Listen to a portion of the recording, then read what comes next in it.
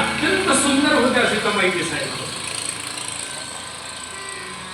आणि चारुता म्हणजे अत्यंत गोड आणि अत्यंत गुणवती होत्या. कधीही शब्द जसे राम मोजून मापून बोलायचे, मर्यादा पुरुषोत्तम होते, त्यांच्यापेक्षा 10 पट या पुढे होत्या सीतामाई. चेष्टा आहे का? म्हणजे कुठे बोलावं हे सीतामाईंना बरोबर कळायचं आणि तेवढंच त्या बोलायच्या. तद्भाषणे नम्रता, बोलताना अतिशय नम्र. पूर्वीच्या बायका सुद्धा फार नम्रपणे बोलायच्या नवरेश. पूर्वीच्या कुठला नवरा जर काही निर्णय घ्यायचा म्हटलं एखादा महत्वाचा, तर बायकोला आतमध्ये विचारायचा, आम्ही असा असा निर्णय घेतोय तर आम्ही घेऊ काय, असा प्रश्न विचारायचे बायकांना. पुरुष तेव्हा बायका काय म्हणायच्या, त्याला काही उद्योग आहे का, असं नाही म्हणायचं. असं अजिबात म्हणत नव्हत्या. त्या म्हणायच्या, मी का तुमच्या शब्दाच्या बाहेर आहे, तुम्ही कराल ते योग्यच करा. पण आता नवरे तसे नाही. नेहमी मी देशी घेत होतो, आता इंग्लिश घ्यावी म्हणतोय. मी का तुमच्या शब्दाच्या बाहेर आहे, शेवटी तुम्ही बेवडेच. सद्गुरुनाथ महाराज, इंग्लिश घ्या नाही तर देशी घ्या, शेवटी काय बेवडे.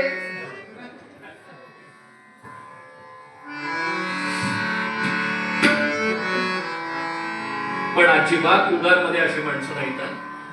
थेंब सुद्धा नाही कोणाच्या घरात किंवा देहात सुद्धा हो म्हणायचं. सद्गुरुनाथ महाराज.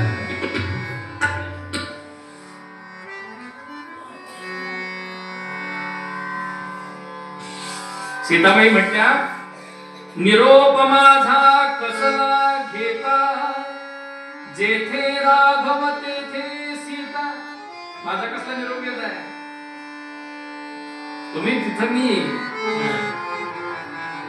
सीतामाई वनवासाला येते म्हणाले म्हटल्याबरोबर राम नाही म्हणाले नाही, हो म्हणाले.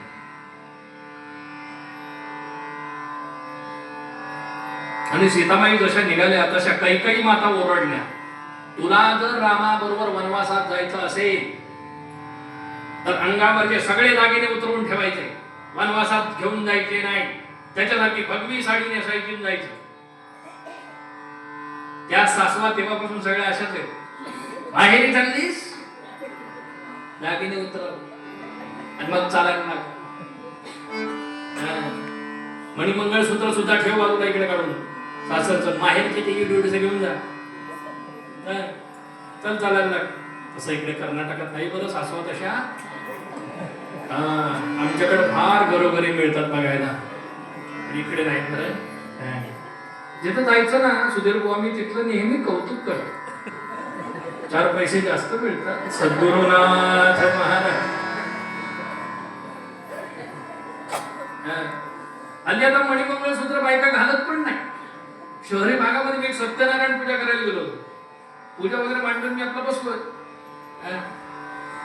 त्या यजमानाला म्हणलं, तो नेमकी जीनची पॅन्ट घालून आला पूजेला बसायला. अनकम्फर्टेबल.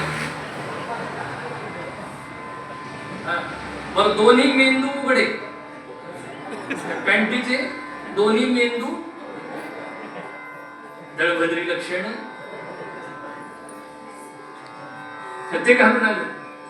मी म्हटलं काय काय बाहेर काय आणायचं नाही. म्हटलं पूजेला बसतोय. म्हटलं तुमच्याकडे काय सोहळं वगैरे नाही का. आमच्या वडिलांचं होतं पण ते आता फाटलं नाही. म्हटलं धोतर वगैरे काय आहे की नाही. म्हणलं धोतर पण नाही. म्हटलं माझ्याकडे. मला म्हटलं तुमच्याकडे आहे का.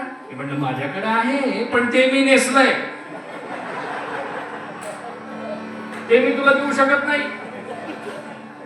शेवटी त्याला माझं उपरण घेतलं, तुम्ही घेतलं तसं. आणि लुंगी गुंडाळली. मी म्हटलं पंख पायला बंद कर, लुंगी गुंडाळलीस तू. जय वारा जोराचा जर आलं तर लुंगी उडाली आकाश.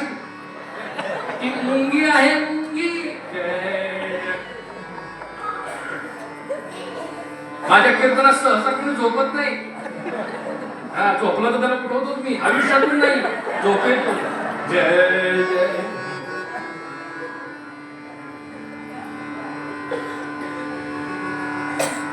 आणि त्या यजमानाची बायको आली, त्या अंबाबाईचा जोगवा सगळा असा सोडलेला, कणकेचे 3 लेअर लावलेले चेहऱ्याला, कणकेचे, ते काढले की हिडिंबाच, ते लेअर वगैरे लावून आलेली आणि बसली तिथं. मी तिला म्हणलं, अगं मंगळसूत्र कुठं तुझं? ती म्हणली, कशाला पाहिजे तो कुत्र्याचा पट्टा? काय म्हणली? आता मग हा जो कुत्र्याचा पट्टा, तो कुत्र कोण झाला? जय जय. इथपर्यंत आम्ही येऊन पोहोचलोय हो. मग तिला म्हणलं, कपाळाला काहीतरी लाव. ती म्हणली, लावली की, हे बघा, हे बघा, खसखस, खसखस, खसखशीचा दाणा सुद्धा मोठा असेल एवढं लावलं. पूर्वी अशा ठसठशीत कुंकू, बघा इकडे, अशा बायका ठसठशीत कुंकू, टिकल्या, किती टिकल्या लावतात. आमच्या घरवाले बाबा प्रेमाने सांगतात, त्या टिकल्या जेव्हापासून आल्या तेव्हापासून बाथरूम सुद्धा सौभाग्यवती झाले.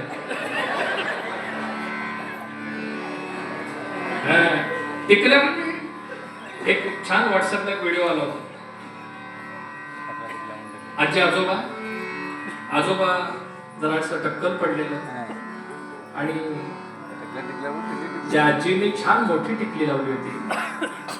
ती शेजारची सून आली, आजी तुमचं सौभाग्य किती बलवत्तर आहे, तुमच्या कपाळावर टिकली किती छान दिसते. वा वा, फारच चांगलंय हो, तुमचं सौभाग्य बलवत्तर आहे. असं म्हणल्यानंतर ती आजी म्हणली, कशाचं बलवत्तर? टाकल्या टिकला म्हणून टिकली टिकली. जय जय. काय व्हिडिओ काढती सद्गुरुनाथ महाराज. टाकल्या टिकला म्हणून टिकली टिकली.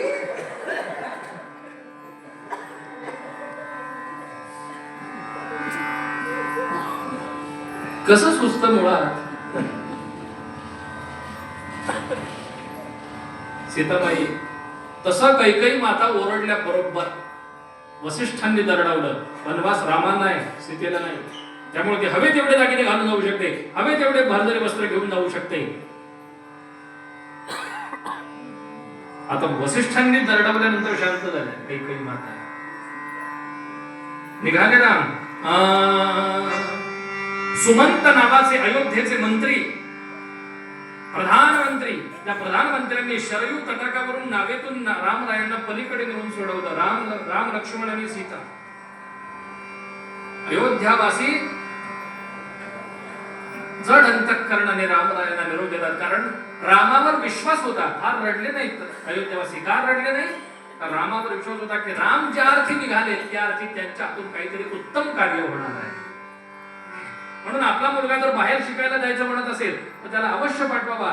ज्या अर्थी तो बाहेर जायचं म्हणतो त्या अर्थी पुढचं भविष्य उज्ज्वल हे लक्षात घ्यावं. कारण जे जे म्हणून क्रांतिकारक होते, लोकमान्य टिळक असतील, सावरकर असतील, किंबहुना डॉक्टर बाबासाहेब आंबेडकर असतील, हे बाहेर जाऊन शिकले आणि देशात येऊन क्रांती केली. सद्गुरुनाथ. राम निघाले, नावेतून उतरले. आगे आगे राम चलत है,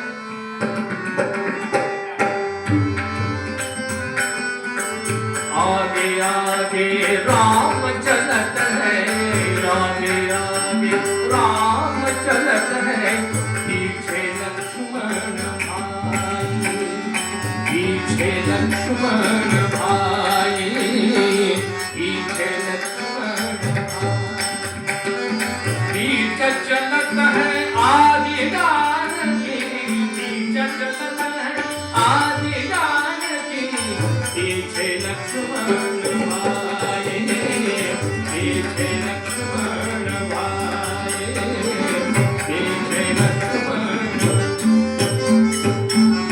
जब जब होय धर्म की हानि, बढ़ी असुर अधम अभिमानी, सीताराम चरित अति पावन, मधुर सुरस अरुवति मन भावन,